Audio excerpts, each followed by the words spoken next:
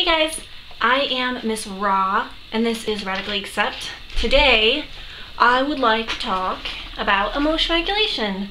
Emotion regulation is the idea that you can control your behavior that's attached to the emotions you feel. For example, you might feel like shit, and sometimes when we learn to cope with things when we're younger, we learn to cope with them in a not so positive way. For example, you might feel like shit and you decide that because you feel like shit, you're gonna lay in bed all day and not do anything and not talk to anyone. And by doing that, you don't really create, like that is a behavior. Doing that is a behavior. Behaviors are any actions that you take that are influenced by your emotions. So you decide you're going to lay in bed all day, and that doesn't make you feel any better. That just kind of, you isolate, you are not dealing with whatever is bothering you. You basically just seclude and you sit in whatever you're feeling, and that doesn't really help you. So that would be considered a negative coping strategy. This emotion regulation is supposed to help you figure out ways to change your behaviors so that when you're feeling those things, you're not using negative coping skills. Like, you're not using something negative to try to make yourself feel positive. To make yourself feel positive, you have to go out and do positive things. Positive things just don't happen when you're feeling like shit. When you don't feel good, good stuff isn't gonna just happen. You have to make them happen, and I think that we forget sometimes. So here is some stuff. Okay, so here is this. This explains how our minds work generally. We generally feel an emotion, then a thought comes up, and then we have a behavior. Or there's a thought and an emotion and then a behavior. It all kind of connects. But that's how our minds work. It's all triggered by each other. And when we're growing up, like I said, you generally have a general thinking pattern brought in. You already kind of know there's something that you do that is something you've always done. And it's just how you learned. And sometimes it's not positive. So we're going to learn how to do some positive things. Here is a chart on the opposites of emotion. We have anger. The opposite of anger is calm. We have fear. The opposite of fear is courage. We have sadness. The opposite is joy. We've got shame and guilt, and the opposite is empathy. And understanding. This is really important because it's important to understand what you're feeling to begin with. It's hard to do opposite to emotion if you don't know how you feel. So when you're feeling things, and you can break it down, there's sheets that I'll put up. You need to break down how you feel and figure out, okay, I am feeling really angry and this is why.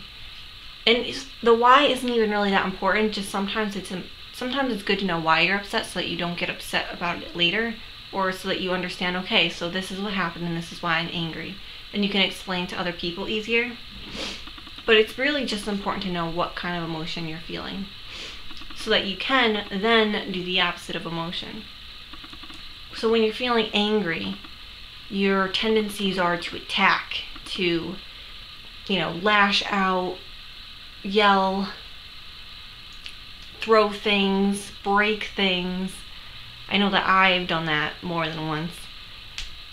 When you're feeling angry, those are common things that you might do when you're angry. Instead of doing those things, realize I'm angry and do something calming. Listen to soft music. Speak softly. Sometimes just the act of speaking in a lower tone, in a softer tone than normal, is relaxing and calming. Breathing exercises. sit and just breathe, 1, 2, 3, 4, 1, 2, 3, 4, 1, 2, 3, 4. Anything. Just get yourself in a place that's more relaxing. When you're feeling fear, your tendencies are to avoid, to isolate, maybe. I don't know if isolating, but to avoid the situation at all costs because you cannot do it. That's how you feel. It's not happening. And the opposite is courage. So you're going to want to push through that fear. The first thing is to do it. Go and do whatever it is. And there are some coping thoughts that go along with that, as far as it's not the end of the world if you don't succeed. It's not going to kill you. It's not. Nothing, unless it's like something life-threatening, like there's a justified reason to be afraid of like sharks. And if you're afraid to swim in a pool, like a little pool full of sharks, I'd understand that. That's understandable. Don't jump in that pool. But being afraid to go out in the ocean because there are sharks, depending on where you are, I guess, not exactly as justifiable. Not saying that you're a part of getting through those things, because when you're feeling that kind of fear, these are like extreme emotions. It's like it's debilitating. You can't do anything, and the idea is to push through that so that you can. So stick your feet in the water. That's good enough. Just stick your feet in the water. Sharks aren't going to get you from there. Okay. Sadness. The opposite is joy. So when you're sad, you might isolate, you might not get out of bed, you might not hang out with people or do anything because you don't really feel like it because you're upset and you don't want to dampen anyone else's mood or anything else. But the idea, the next thing you want to do is you realize, I'm not feeling really great. I feel like shit. I feel sad. And you have to call somebody. Call someone, get out of bed, go outside, do a jog, draw pictures, sing some songs, do something that's positive, that makes you feel good, because sitting in bed all day is not going to make you feel any better. So the opposite is to do anything happy.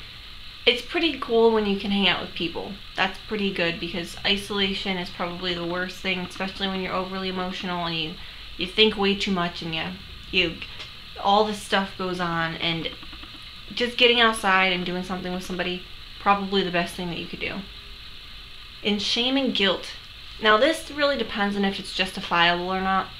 If it's justifiable, shame or guilt, then you want to reconcile with a person or thing or whatever, and realize what you did, apologize, try to figure out a way to get through it. But if it's unjustifiable, just have empathy and understanding for the fact that, okay, I don't need to feel this way. There's no reason. If you can't figure out a plausible reason why you're feeling guilty or shameful, then you need to realize that and tell yourself, it's okay for me to be doing this. I will continue to do it because there is no reason for me to feel guilty. And that's just how you have to, that's what you have to tell yourself, because I know how many times I say sorry. I say sorry to everyone all the time. There's no real reason. For whatever reason, I feel guilty or whatever, that I'm in their way or I'm doing something wrong. And it's like I say sorry constantly just because it's easier to be like, I'm sorry, and make it my fault than it is to just be like, alright, I was in the way for a second. I'm not in the way anymore. I can move on. I don't have to be